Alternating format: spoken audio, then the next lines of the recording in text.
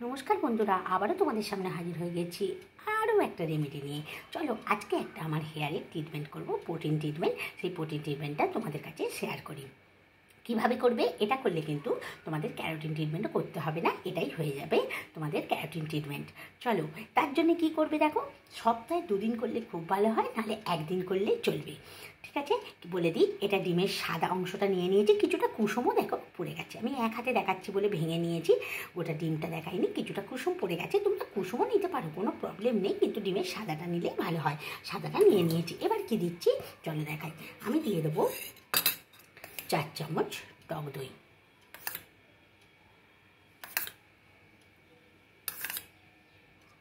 তোমাদের চুলের লেন্থ যদি কারোর বেশি থাকে তাহলে কিন্তু টক দই ডিমের পরিমাণ বাড়িয়ে নিতে পারো। ঠিক আছে, 4 চামচ টক দই দিয়ে নিলাম। দেখো, এতে আমি দিয়ে দিচ্ছি 1 চামচ হানি। 1 চামচ পরিমাণ হানি দিয়ে দিলাম। দেখো, আর দিয়ে দিচ্ছি 1 চামচ নারকেল তেল। আমি ঢেলে নিয়েছি, আমার বড় জায়গা আছে বলে 1 চামচ পরিমাণ নারকেল তেল দিয়ে নেবে। ব্যাস, এই কটা উপাদানকে খুব ভালো করে মিক্স করে নিতে হবে। চলো মিক্স করে নিই।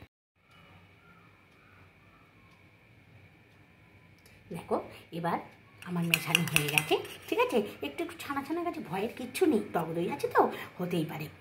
তাহলে কি করবে, চুলটা খুব ভালো করে আঁচড়ে নিয়ে আগে স্কাল্পে, তারপর সমস্ত হেয়ারে লাগিয়ে নিও। লাগিয়ে নেবার পর আবার একবার আঁচড়ে নিও, চুল যদি সোজা করতে চাও। না হলে না আঁচড়ালেও চলবে।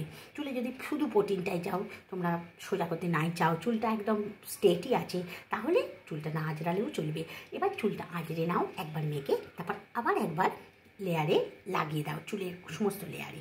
তাহলেই দেখবে। এবার চুলটা সোজা করে খুলে রাখো, 1 ঘন্টা রাখো। 1 ঘন্টা পর শ্যাম্পু করে নাও। শ্যাম্পু করে কন্ডিশনার যেরাম দাও চুলের লেন্থে সেরাম দিয়ে দেবে, কোনো স্কাল্পে দেবে না। তারপর নর্মালি এমনি পাখার হাওয়ায় বা রোদে যেরাম বলি সেরাম শুকিয়ে নাও।